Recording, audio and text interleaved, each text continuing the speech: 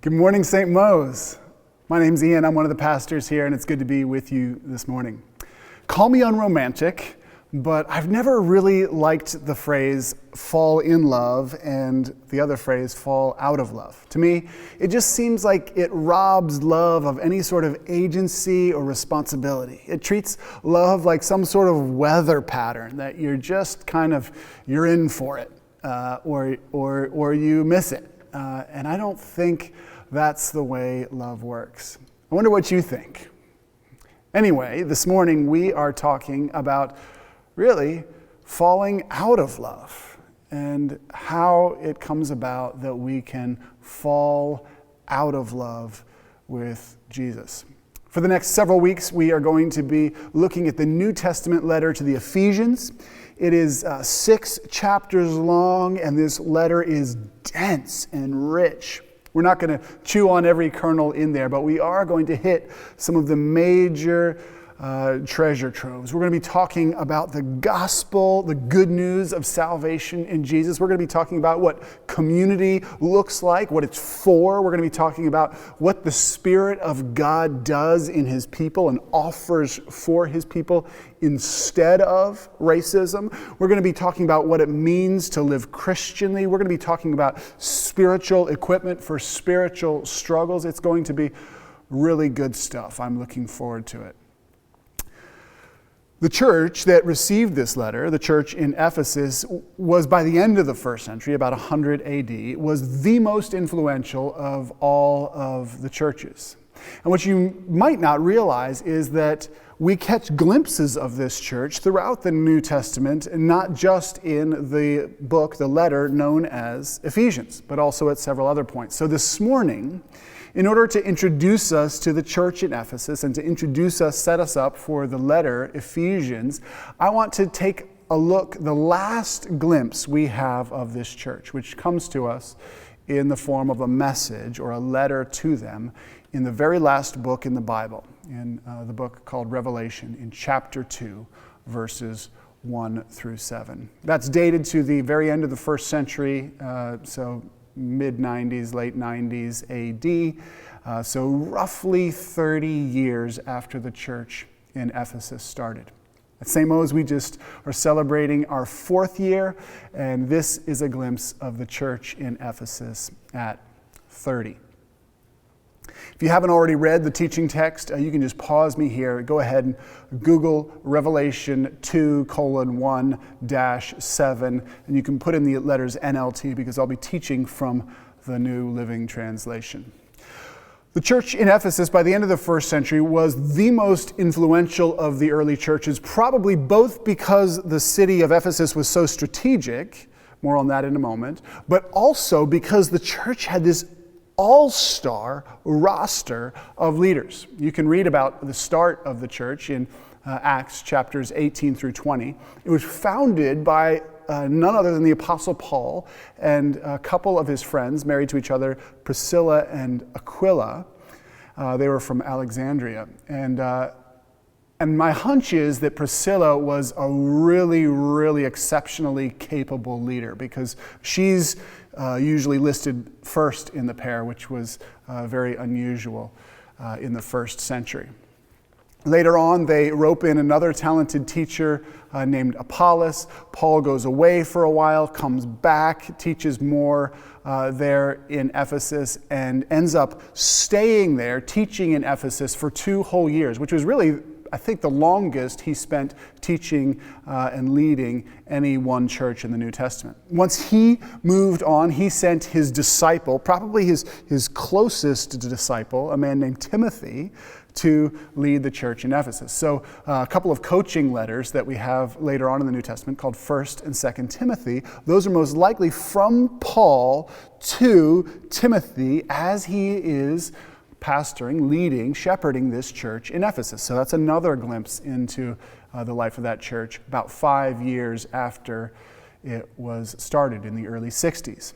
According to church history, Timothy was then killed by the Romans, and so he was succeeded in leading that church by none other than the best friend of Jesus, the Apostle John, the one who's associated with the 4th telling of the life of Jesus, the Gospel of John, and also with other books later on in the New Testament. And coming with John was someone else really special. I wonder if you remember that scene. Jesus is on the cross, and with one of his dying sentences, he passes care for his mother Mary to his best friend John. Do you remember that scene? So when John moves to Ephesus to lead the church in Ephesus, most likely Mary is in his household. Mary worshiping, the mother of Jesus, worshiping as part of the congregation in the church in Ephesus. My goodness, no wonder this church was so influential. What a storied legacy it had. But the significance of this church, I think, goes beyond just the all-star roster. It's part of its significance probably had to do with its strategic location in Ephesus. At the time, Ephesus was probably the third largest city in the Roman Empire. It was situated there on the coast, a port city in modern-day Turkey. And it was a center of trade, a center of finance. It was cosmopolitan. If you look at the inscriptions that we can still find on archaeological artifacts there, the names that crop up over and over again of the sort of the wealthy of the city, it's like a who's who list of people from all over the different nations and ethnicities of the Mediterranean world in the day. It was sort of a destination city. The dramatic literature of the first few centuries list Ephesus as like the city you want to get to. If you got a couple dollars in your pocket and you're upwardly mobile, Ephesus is where you want to end up. It's the Owings Mills, the Columbia Howard County, the pre-COVID New York City. Probably the first time Owings Mills and Manhattan have shared a billing, but you're welcome, Owings Mills. It was where you wanted to go to really make something of yourself if you had the means to get there. And there was a healthy Jewish population, probably 5 to 10% of the population of the city. And although Ephesus, like most of the cities in the Roman Empire at the time, was religiously pluralistic, multiple different gods are worshipped and multiple different sort of religions are being followed in parallel, side by side, the city of Ephesus was dominated by this temple to the goddess Artemis, or also known as Diana. She was the goddess of fertility, the hunting goddess, and the city was just dominated by worship of Diana and of Artemis and by her temple. So some of you might have seen the ruins of the Parthenon in Athens. The temple of Artemis in Ephesus was 4 times the size of the Parthenon. So just imagine that. And it was a center of banking in the city. Her image, she was called Lord and Savior. Her image was stamped on the coinage that was used throughout the city. And twice a week, worshipers of Artemis would take her statues out and parade them through the city, singing her praises, extolling her virtues. Can you imagine that? Twice a week. Just picture yourself in your apartment and you hear the noise of the procession. There's no way that's not going to influence you. And yet, I read a study recently. It said, this is 2016, the average American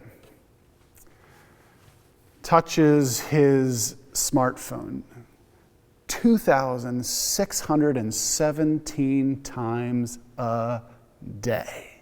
I mean, 2 processions a week seems like a heavy cultural influence on somebody, but 2,500 times a day we are tapped into this portal of cultural influence. It's not all bad, but it's got to be influencing us. Peggy Ornstein, in her book Boys and Sex, says that the largest pornography website out there, Pornhub, has 57,000 pornography video searches per minute. Yeah, we're being influenced at least as much as those Ephesians were being influenced by the cult of Artemis.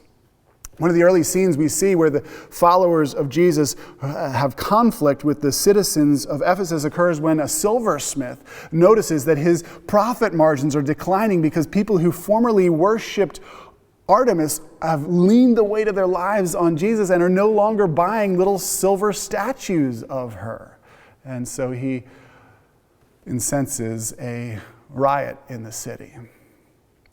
I think that should make us pause as well and to remember that leaning the weight of our lives on leaning the weight of our lives on Christ ought to have economic ramifications.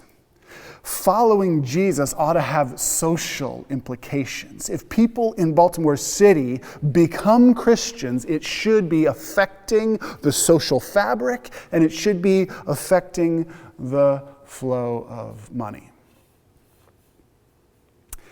The message that we read in our preaching text today identifies Jesus as the sender. That's what the highly stylized imagery of the one with 7 stars and standing in the middle of the 7 lampstands. That's what that's about. This is proclaiming Jesus as the one speaking his message to these 7 churches, and Ephesus is the first one.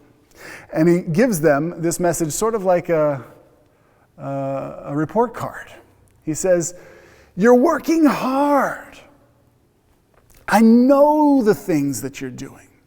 And some of us picture God, I think, just as this kind of judge, looking down on us, just waiting for us to slip up and smite us. And this is a beautiful picture. It's the inverse of that. It's Jesus watching us in order to see all the good that we're doing.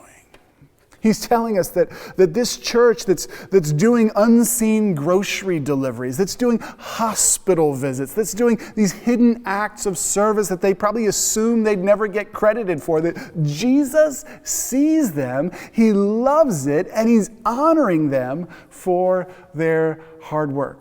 Not only does he see the many activities they're doing in his name, but he knows how hard it is. He gets it. Jesus understands the grind. The word that's used there for hard work is connected to the word for cut. It's sort of like we would say, we're working our hands to the bone. It's no hint of laziness or lethargy here. This is a hard-working, productive church.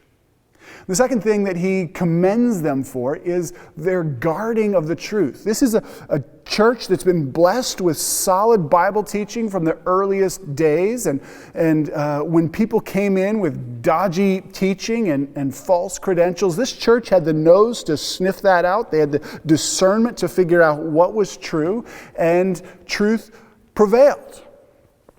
Rather than just being a church that listens to whatever makes them feel good or whatever's selling best at the moment. This church in Ephesus really cared about what was real and what was true. And it says they wouldn't put up with anything less. So though they have no tolerance for untrue teaching, they have this deep, deep tolerance for suffering. That's the third thing he commends. He says that they patiently endure suffering for him. It's not entirely clear whether he means that there's some sort of anti-Christian legislation that's enforced in the city of Ephesus, which did happen from time to time in cities around the Roman Empire, or whether it's just the sort of informal 1,000 cuts of small snubs and exclusions and unconscious biases and blatant boycotts and exclusions that would have been happening to Christians in the first century through the Roman Empire. Whatever it is, they have suffered for Jesus' sake, and they've kept going. There's no sign of fainting here. They've got real spine. What a church, right? Any pastor would be thrilled with that report card. They work hard, they have an appetite for truth alone, and they persevere. When I was a middle school science teacher, they coached us before the parent-teacher meetings, and they said, listen, you got to sandwich your comments. You got to open with something good that the kid is doing, even if it's like, he knows how to find his desk. And then in the middle, you say what they really need to hear. And then you don't want to end on that note, so you end with something nice at the end. So far we've heard the nice stuff, the commendations, what the church is doing really well, and now we get to the meat of the sandwich. Are you ready? This is what he says in verse 4. I have this complaint against you, Jesus says. You don't love me or each other as you did at first. Literally, he's saying, you have abandoned your first love. Oof, right? Sometimes I think we mistakenly imagine that God is this sort of emotionless force, like he's some sort of impersonal power out there. But the way that God presents himself throughout the Bible is as a deeply loving, highly personal God. So one of the go-to metaphors for God in the Old Testament is that of a lover and his people. And so when his people turn away from him and love other gods or other things instead of him, God presents himself as sad, as hurt, as jealous, as angry. Listen, not in like a puerile, immature, peevish sort of way, but in the deeply upright way of one who has committed and sacrificed for a lover gets wounded when that love is rejected. That's the heart here. God's people have drifted from their love for him. We use that phrase, fallen out of love, and I used to resist that because it just sounds so resigned and fatalistic. But that ardent spark of love and delight that was there when these Christians in Ephesus first heard of what Jesus had done for them on the cross, when they first learned of his resurrection that brings them new life, and when they first had that hunger for intimacy with him that came through worshiping him and experiencing his grace, for whatever reason, and I'm going to prognosticate about that later, all of that first love, that spark, is gone. Actually, they walked away from it. The love that they had has been abandoned, and where that beating heart of it was, there remains still the healthy appearing husk of hard work, truth guarding, and patient endurance. So even though those wonderful attributes got commended, over time, those attributes can become something quite different when the love is drained out of them, when the love that has fueled them flickers out. Brian Loritz, who I quote frequently, often refers to himself as a reconciler, not an activist. This is in the spaces of racial justice. In his words, activists, which he acknowledges we all need and the world deeply needs, activists are issue-driven and reconcilers are people-driven. Activists care primarily, he says, about the what, and reconcilers care primarily about the how and the whom. I just take that framework and apply it here. It doesn't take much work to imagine that the care for the poor, the nurturing of the ill, the proclamation of the gospel, the visiting of the imprisoned, and all the other hard, good, wonderful things, fighting for justice, serving one another, serving the city that the Ephesians were probably doing, began out of ardent love for Jesus and for his people. But when that love flames out and the activities march on without it, you get what I call brittle activism. A ton of work is getting done, but the attitudes, the heart posture, the motivations have lost the true north of Jesus' love and are easily destabilized.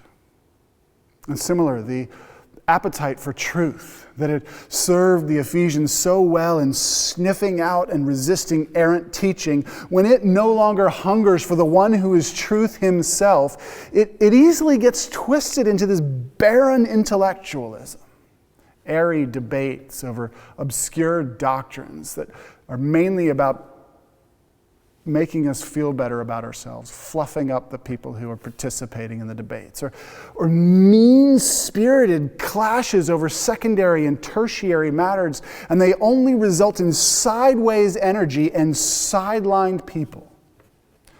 When the church's pursuit of truth abandons adoration of Jesus, the resulting intellectualism is more corrosive than it is constructive. I used to swim with some really competitive swimmers. I used to swim in the wake of some really competitive swimmers. I remember several of them hitting a point where they were still doing 2-a-day workouts, one at 4 a.m. and another one after classes. And they were maybe even still putting up some of their best times, but they didn't love it anymore. The difficulty of practice that was bearable before because of their love for swimming became just drudgery. And then disillusionment. One of my friends who walked away from her faith at Yale wrote a viral article for BuzzFeed about that experience. And you know what it reads like? It reads like disillusionment. When the intimacy and the love are gone, persevering just starts to feel pointless. The capacity to endure, it just twists into resentment. Hard work minus love is just activism. Guarding of truth minus love is just intellectualism. Patient endurance minus love is just going to lead to disillusionment. So here's the question that we began with. How does the love die? Or to use the more precise language of verse 4 of chapter 2 of Revelation, how do we end up abandoning our first love? My external overseer, a Nigerian-Canadian man who lives in Texas, go figure, I remember him telling me once that many of the marriage problems that he coaches people through occur because couples fall in love, I'll use that language, they build a marriage, and they have kids, and they have careers, and for a few decades, they're constantly around each other, under the same roof, but they're rarely deeply connecting. Homework, dentist appointments, mortgage payments, evening meetings, housework, and exhaustion just eat up all the time and all the energy, and then suddenly, you wake up a few decades later and the kids are out of the nest, and the couple realizes that they barely know the person they've partnered with for decades, and the flame of love has gone out. Not deliberately, but because of distractions. The same thing can happen with our love for Christ. Even good things like church activities, alpha, content groups, serving the city, grocery distributions, learning pods. They can distract us from love for Christ. Earl Palmer from Seattle puts it this way: the first love has been abandoned, and in its place is the starchy, high cholesterol diet of activity and church work that will never nourish the human soul. Of course, the irony is that no one first loves and first trusts Christ because they're all hype about church activities. So that's distractions. Distractions are one of the ways that we end up abandoning our first love. If distractions are subtle and unintentional extinguishers of first love, then intrusions are the more obvious imposters that end up replacing it. The Bible's normal vocabulary for these intrusions is idolatry. Things that we love, things that we worship, things that we trust at the expense of, in the place of God. And it could well be that for these Ephesians, the glister of affluence, the chic allure of emperor worship, or the worship of this goddess of fertility and hunting, that elbowed in on the Ephesians' first love for Christ and for each other. Maybe that's what happened. When I was in elementary school, I went on a short family trip with my best friend. Most of the time we were joined at the hip, but for the space of a few days, we were with his cousins who were about our age. And it all came to a head one afternoon when one of his cousins asked him in this sort of stage whisper, while looking at me, "Why did you even invite him to come with you?" And I remember feeling devastated. I felt like I had been supplanted by a new, slightly older, slightly cooler friend. But as is almost always the case, that intrusion, it didn't come out of nowhere. It happened because for the last 24 hours, I'd been a real jerk to my friend. You'll be devastated to know I don't remember the details of that. But there was already this distance and this distrust in our friendship. And that was the perfect foothold for this intrusion. So often when we're feeling distance or doubt or hurt in our relationship with Christ, instead of carefully tending to that relationship, we just wait to see what happens, because that feels authentic maybe. And then we're surprised when he gets supplanted in our hearts. My wife Jill went through a really dark period at the end of college. She wasn't sure if she believed in God. She wasn't sure if Christ was good. But she was wise enough to know that if she stopped doing all the things that nurtured her love for Christ, participating in worship, engaging with her Bible, trying as well as she could to pray, that she'd just be sealing the deal, and her love for him would be replaced and would flicker out for sure. So she fought for the relationship, even while she tried to figure out if it was real.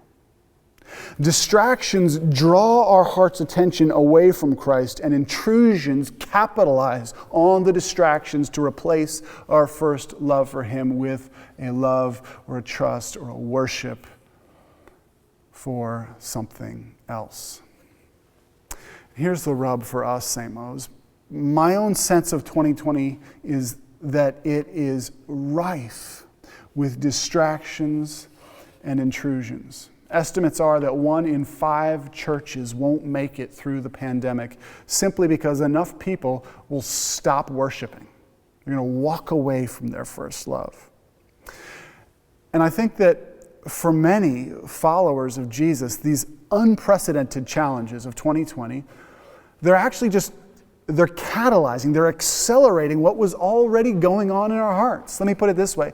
If you were in 2019 throwing fuel on the fire of your love for Jesus, now that all the supports in your life have just been kicked out, I'm guessing that you're probably leaning on him, maybe even loving him like never before. And the flip side is true too. If in 2019, I'm letting busyness and work and parenting and life distract my heart from Jesus. This year, when I've got to navigate exponentially greater challenges, what do I expect?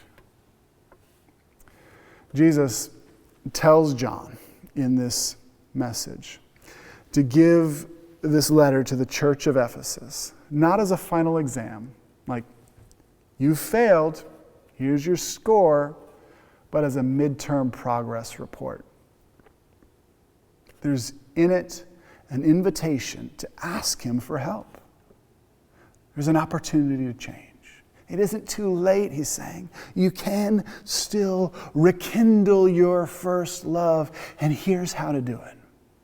Look at verse 5 with me. He says, Look how far you've fallen. Take stock of where you are and where you've come from. Like, really, is this what you signed on for when you answered the Spirit's call, come follow me? Did you sign on for the grind of activism without love? Did you sign on for the bitterness of suffering without intimacy? Did you sign on for the brittleness of knowledge without relationship? Or did you sign on for loving the one who loved you first? Yeah, there's going to be hard work. Yes, there will be suffering. Yes, there will be learning. But they're all animated and oriented by love for Jesus, who has already gone all in for us. So look, take stock of where you are and where you were when you began following Jesus. And then still in verse 5, he says, turn back. Turn back. It's not too late to guard against the distractions, to reject the intrusions. A friend of mine phoned me several months ago. Ian, I want to confess something, he said. I was watching some YouTube videos, just something anodyne, nothing particularly harmful about it. And he said, I found myself lingering over this cute girl. Harmless video. But he said, that's not who I want to be. And what he was doing by sharing that with me and sharing that with Christ was he was turning back. He's not a prude. He was just devoted to Jesus, and this wise friend wanted to do whatever it took, even small things like that, to bind his heart irrevocably to Jesus, and in this instance, to Jesus and his wife. Finally, Jesus, through the author John, says, do. So look, turn back, and do. Do the things you did at first. Think back to that when you first leaned the weight of your life on Jesus, if you have. When you first trusted him and began following him, if you have.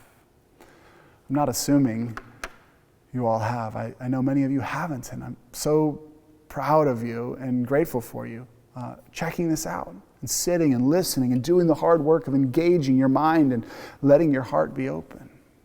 But for those of you who are followers of Jesus, think back. Think back to when you first started and the just wasting time with Jesus that you did when you first believed in him. The voracious Bible reading, like just hoovering the stuff up, the singing at the top of your lungs in the car, the random acts of kindness that you did just propelled by a sense of his love for you. However, your first love for Jesus sloshed over and out of you when you first trusted him and became a disciple. Whatever that looked like for you, do some of those things again. I get it. Your life is different now. The circumstances are different. You're in a different place. But you can rebuild the love by revisiting some of love's practices. I love the way this message to the Ephesians at the end of the first century closes. This is 30 years after where we're going to jump in with them next week. And I love the way that this closes. It came with some pretty stern warnings. You've abandoned your first love. If nothing changes, he says, I'm going to come and remove your lampstand. The light in this church, the life in this church is going away. But listen to the reward he promises. To everyone who is victorious, that's to those who return to their first love for Jesus. He promises, I will give them fruit from the tree of life in the paradise of God. So if you've read the very beginning of the Bible, you will have come across this tree of life in the middle of a garden. And if you've read the end of the Bible, you will have come across this tree there planted and flourishing in the heart of the renewed heavenly city. This tree of life, you might know, represents life in God. It's not merely like breath and metabolism and pulse, not sort of just biological life, but life to the full. All the vibrant goodness of life united with the one who is the author of life, filled with the joy of God, filled with the love of God, filled with the peace of God that transcends circumstances, filled with all the delight of being known and loved and of being welcomed, filled with the joy of being forgiven and honored, of being adopted in and given a family, of being given a place, a new identity, of being given a home. That's what the tree of life represents. And in the opening chapters of the Bible, humans are barred from access to that tree because of our sin, because of our rejection of God.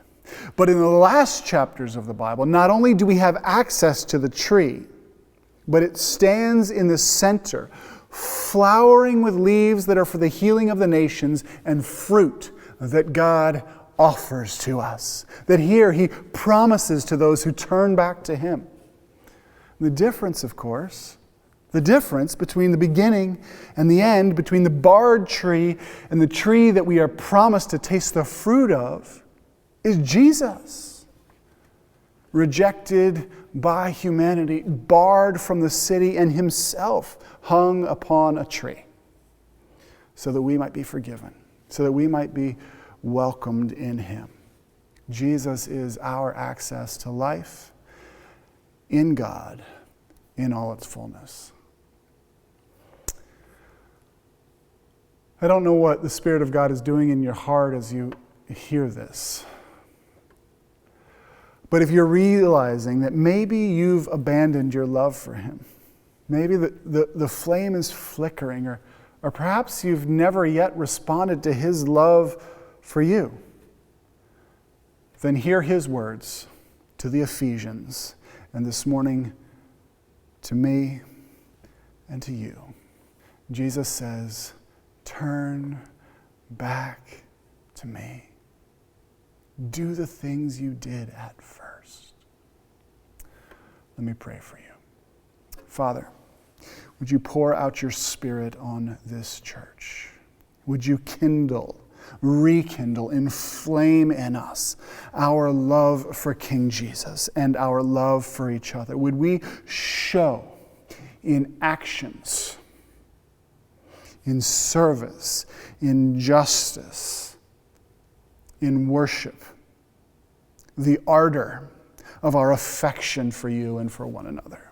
Father, don't let us be people who fall into just a pattern of work, of activity and activism that doesn't have serving you and loving you and serving each other as its heartbeat. Don't, Father, let us fall into the bitter grind of just enduring if it doesn't have clinging to you and proclaiming your worth at its heart. And Father, don't let us get puffed up in seeking knowledge and theological acumen and becoming chubby on doctrine just for the sake of it, if love for the one who is truth is not driving it. Father, would you restore in us, or plant in us for the first time, love for the one who first loved us.